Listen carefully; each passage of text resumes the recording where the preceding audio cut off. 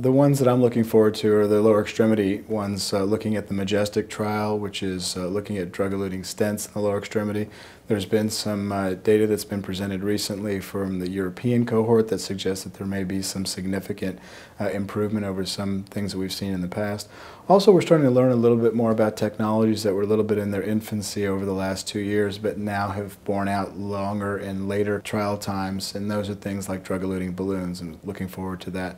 Also, I think the concept of atherectomy plus drug in the lower extremity with the DANCE trial, and also some of the things that I think are now combination therapies will be presented, should be quite interesting because we're going to have a lot more to talk about. The field in general has had a paucity of data, which has been a little bit of the gripe of those that follow the field, and I think that's changing dramatically over the last several years, particularly here.